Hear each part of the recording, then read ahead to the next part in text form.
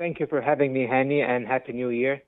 Actually, for the European Union and for all of the European states, basically, especially the countries that are in the northern Mediterranean area, Syria is a very strategic country. It has a strategic significance because it has been a net exporter of immigrants and refugees for the better part of the past 14 years, and has been also at certain times an exporter of extremism and terrorism.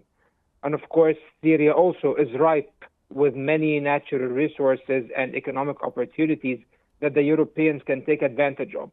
So the Europeans have everything to gain by re-engaging Syria and ensuring that they enjoy a stable, strategic, cooperative relationship with them.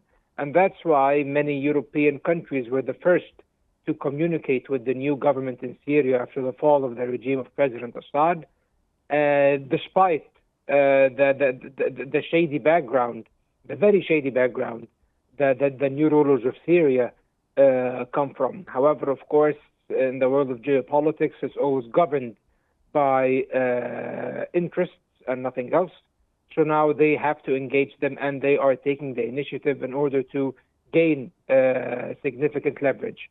And of course, that explains why two very high-profile European officials, Annalena Baerbock, the German foreign minister, and Barrot, the French foreign minister, Europe's two powerhouses, basically present on the highest diplomatic level in Syria to meet with Ahmed al-Shar. And I think these are the key motivations that lay behind the European move. Mm-hmm.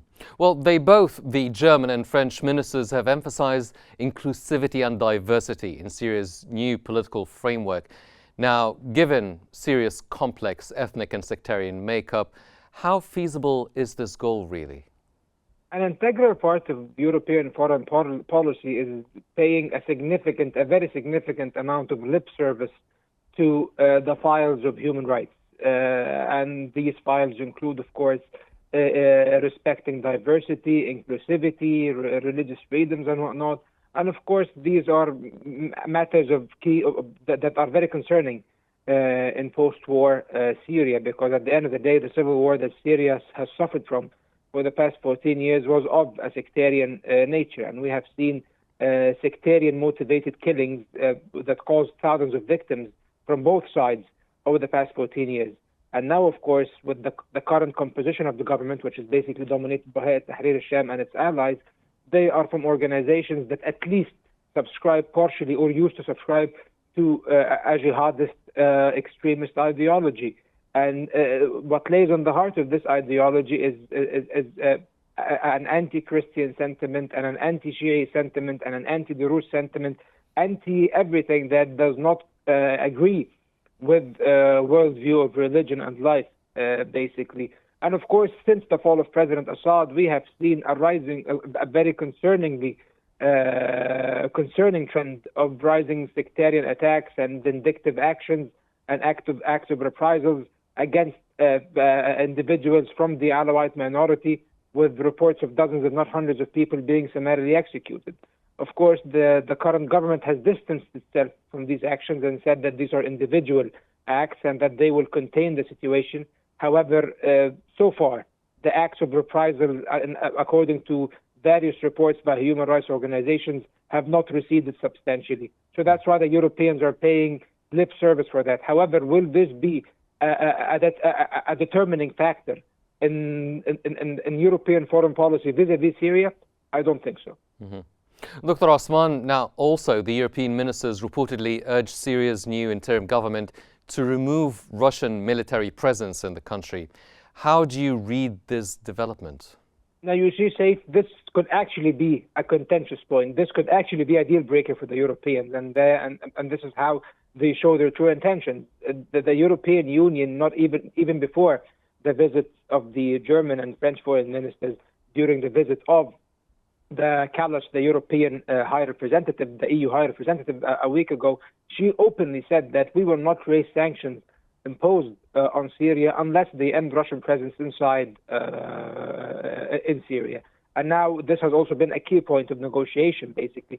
However, will Ahmad al-Sharra and his government, or Golani and his government, comply?